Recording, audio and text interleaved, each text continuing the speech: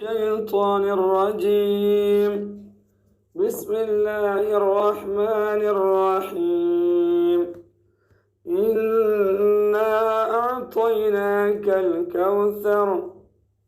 بے شک ہم نے آپ کو کوثر جنت کے ایک حوض کا نام بھی ہے اور ہر خیر کثیر بھی اس میں شامل ہے عطا فرمائی ہے جس میں دنیا آخرت کی ہر خیر و بلائی شامل ہے۔ دنیا میں دین اسلام کی بقا و ترقی اور آخرت میں جنت کے درجات عالیہ سب داخل ہیں۔ اِنَّا أَعْطَيْنَاكَ الْكَوْثَرَ O Prophet, surely we have gone to your al-Kawthar. So, ان نعمتوں کے شکر میں فَصَلِّ لِرَبِّكَ وَانْحَرْ آپ اپنے پروردگار کی نماز پڑھیے، کیونکہ سب سے بڑی نعمت کے شکر میں سب سے بڑی عبادت چاہیے اور وہ نماز ہے۔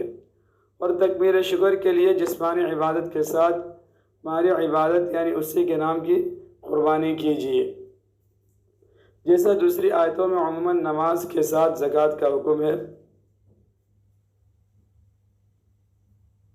اس میں زکوٰۃ کے بجائے قربانی کا ذکر شاید اس لیے اختیار کیا گیا قربانی میں مالی عبادت ہونے کے علاوہ مشرکین اور مشرکانہ رسوم کی عملی مخالفت بھی ہے، کیونکہ مشرکین بتوں کے نام کی قربانی کیا کرتے تھے۔ فَصَلِّ لِرَبِّكَ وَانْحَرْ آپ اپنے پروردگار کی نماز پڑھیے اور اسی کے نام کی قربانی کیجیے۔ فَصَلِّ لِرَبِّكَ وَانْحَرْ So offer salah to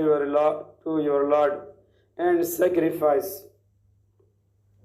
آگے حضرت صلی اللہ علیہ وسلم کے صاحبزادے قاسم کی بچپن میں وفات پر بعض مشرکین نے جو یہ طعنہ دیا تھا کہ ان کی نسل نہ چلے گی اور ان کے دین کا سلسلہ جلد ختم ہو جائے گا، اس کا جواب یہ ہے کہ آپ بفضل تعالیٰ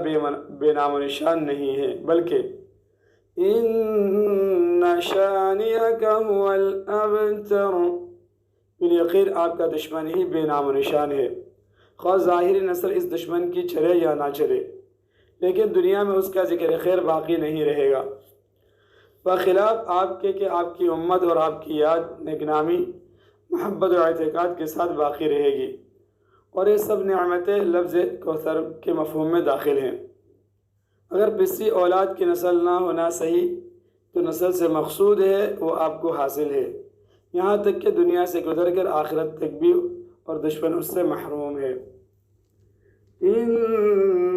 شانئک هو الابتر Surely it is your enemy whose traces are cut off۔